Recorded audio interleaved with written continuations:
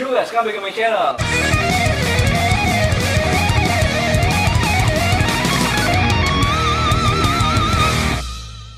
video kali ini aku sedang berada di tempatnya Mas Didi.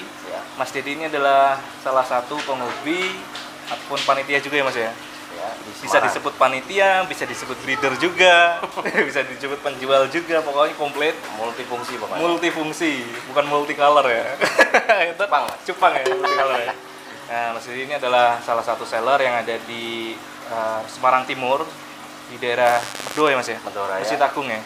Sampingnya Masjid Agung. Sampingnya Masjid Agung Jawa, Jawa Tengah. Tengah. Nah, kita di sini akan ngebahas tentang kebetulan di sini kan Mas Dedi ikannya cenju semua nih Mas. Iya betul.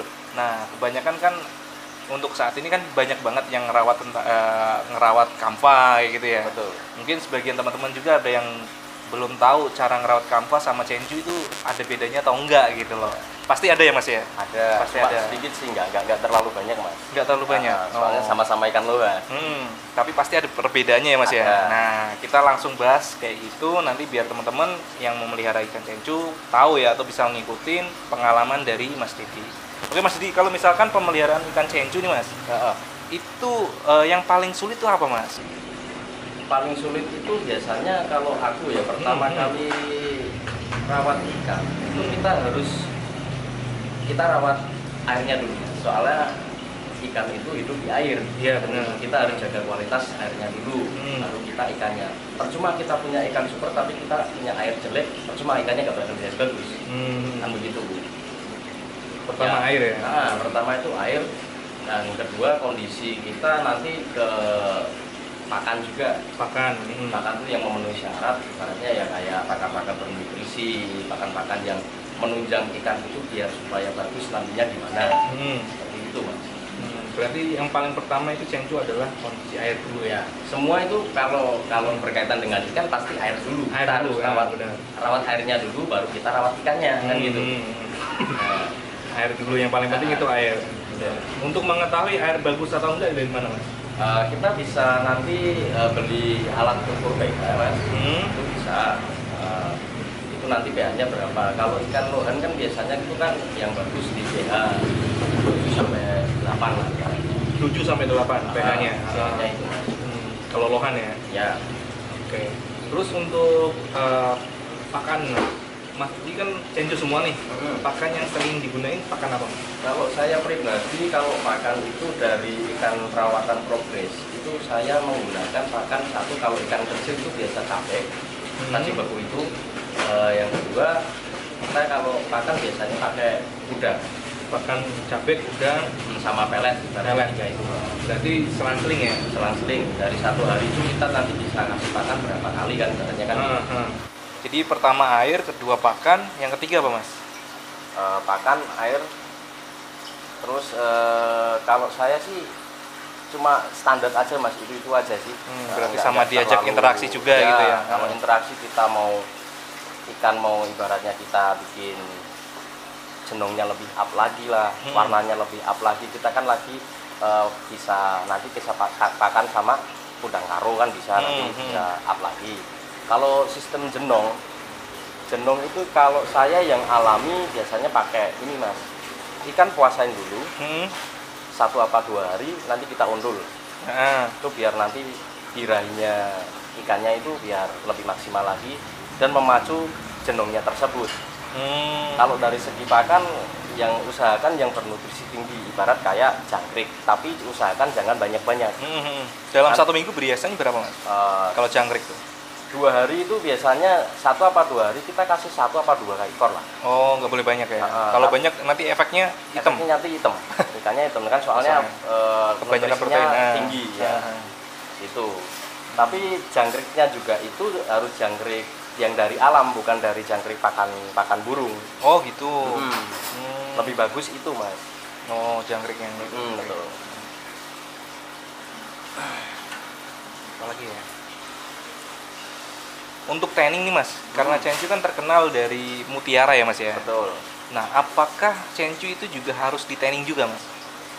Ya kalau untuk memaksimalkan mutiara Mas, itu wajib sih sebenarnya. Wajib ya pasti ya. Soalnya di penilaian kan juga harus dituntut harus shining lah, Iya. harus fullness lah, harus ginilah kan tuh tetap harus pakai tanning, itu juga pakai. Cuma kalau dari ikan segi karakter mutiara dari pertama itu udah ngedop kita maksimalkan juga agak susah.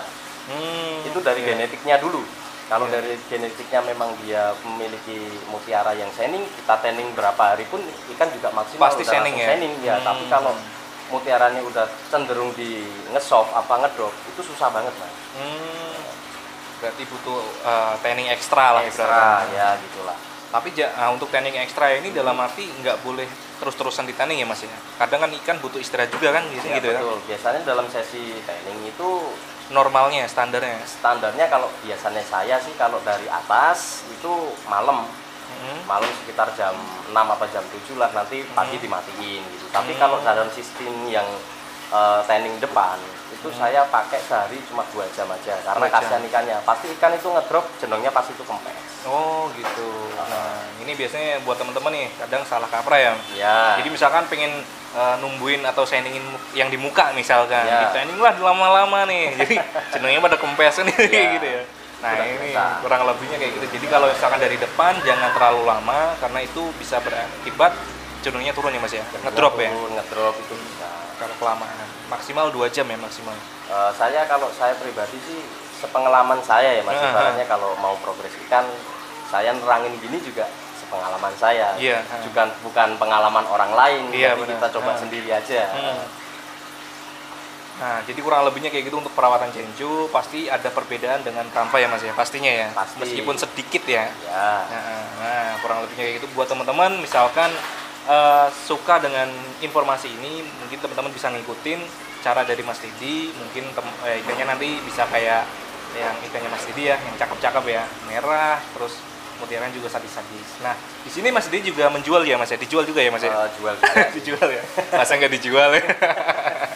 Dijual juga. Nah, buat teman-teman yang misalkan tertarik pengen tanya-tanya ikannya atau pengen main ke sini untuk wilayah Semarang ya, Ya, ataupun Semarang. luar Semarang pengen main ke sini, monggo. Nah, nanti bisa hubungin Mas Dedi, nomornya di sini ya.